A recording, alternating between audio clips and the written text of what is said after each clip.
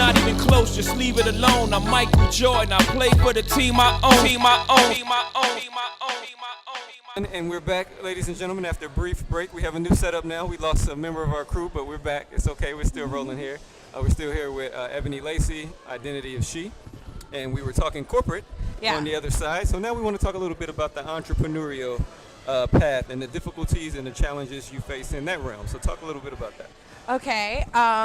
Every day is a lesson. Every day. And that you also have to look at it from not just it's not an easy process and it's not a short process. And I think for some people that want to start a business, or the focus is I want to earn extra income, and they think it's an immediate thing, but it takes years and years. It does.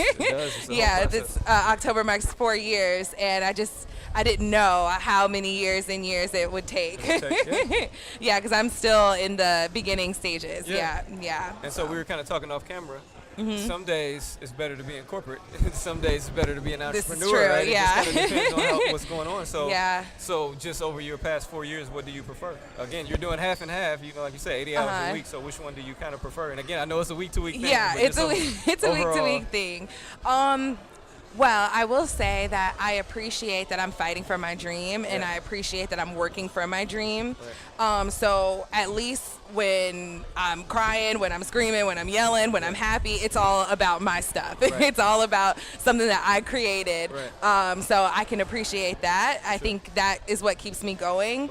But yeah, there are some days where with corporate you can leave it there. And when you're an entrepreneur 24/7. Absolutely. It does not stop. Yeah, that's true. Yeah, I've definitely woke up in the middle of the night and was like, oh my gosh, I got to fill this order. You got to fill this order, yeah.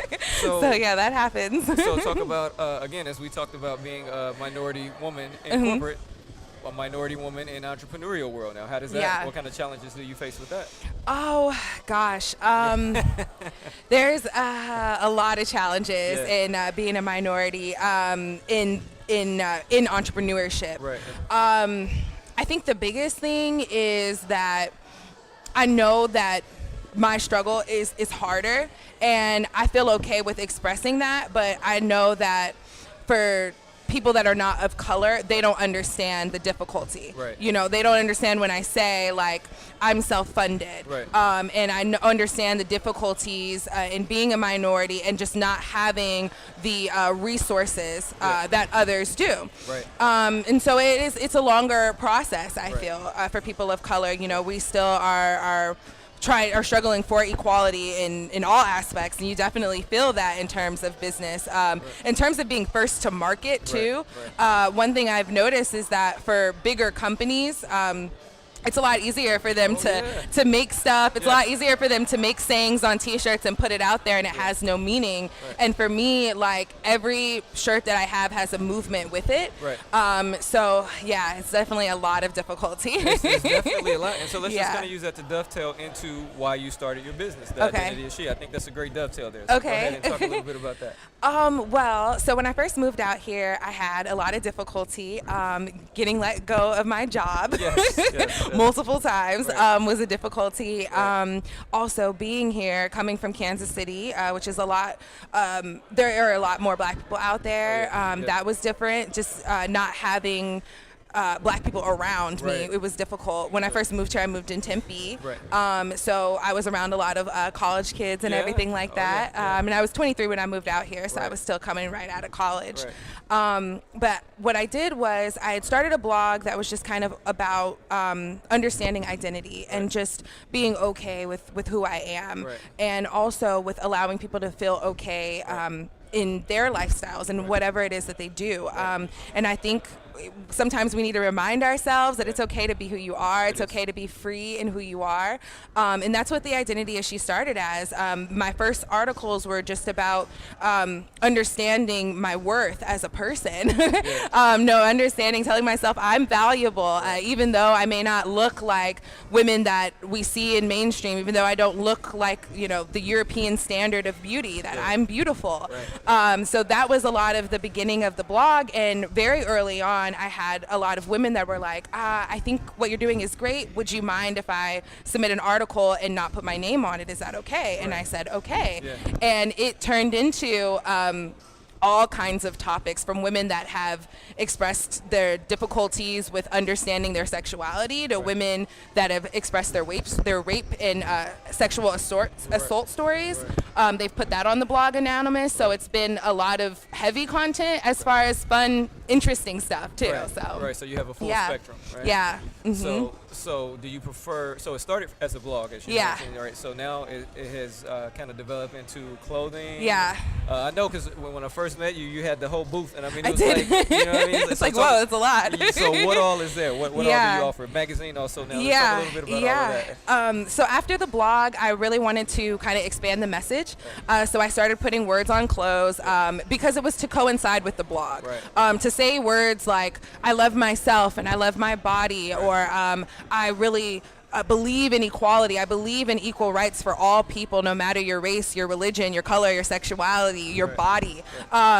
I wanted to express that more on apparel, so I started putting sayings on shirts. I started designing things on shirts, drawing things. So now I have apparel, and then I also now have a magazine. And the idea of the magazine was taking a step further. It's getting more individuals in printed form. I noticed that the struggles that I was facing as a Black woman were like that for many other people. Yeah.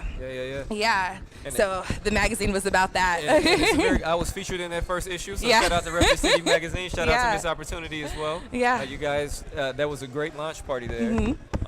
And you were able to, so I think you were recently at the Twerk and Style. I did. And I would imagine that's like your market, your target market area. You know, that's where it really resonates for you. Anything where it's a large group of women, especially when it's a large group of women where you can explore the abilities of your body. So movement, things like that, dancing, you have yoga classes, things like that have been really great for the business. Good stuff. So let's talk about the future. We're at 2019. What is that bringing for Identity of She, and what does that bring for you as a person? Wow, a lot.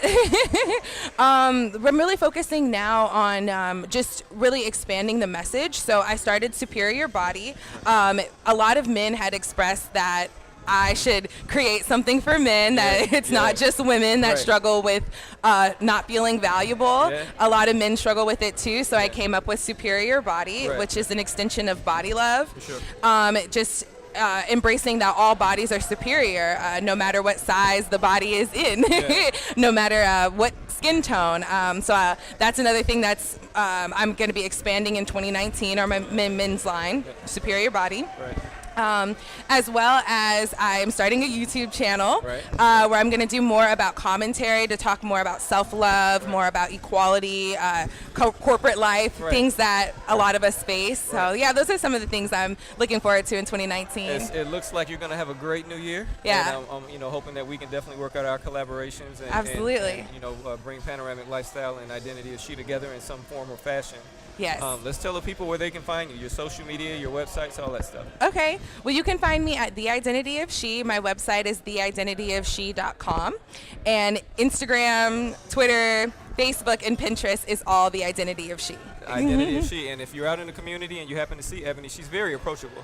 She'll talk to you and you'll just feel her energy. She's a ball of energy. She'll flash the smile and invite you into whatever it is she's doing. So definitely feel free to reach out. And she is all over the community. I bump into her all the time. Sometimes we know we're going to see each other. And sometimes it's like, hey, what are you doing here? It's like, hey, I'm here. So no, I really like what you're doing. I think you're empowering Black women. And then by you empowering Black women, you also empower others out who get to watch that. And then whatever group they're representing, maybe I should do something for my group. You know what I mean? So you have so many platforms. Again, we'll definitely bring you back on to talk about and dive into some other things. So I appreciate you taking the time with us today. Thank you. Again, this has been 3 or 4 months in the making, people. So I hope you guys appreciate this. It took a long time to make this happen.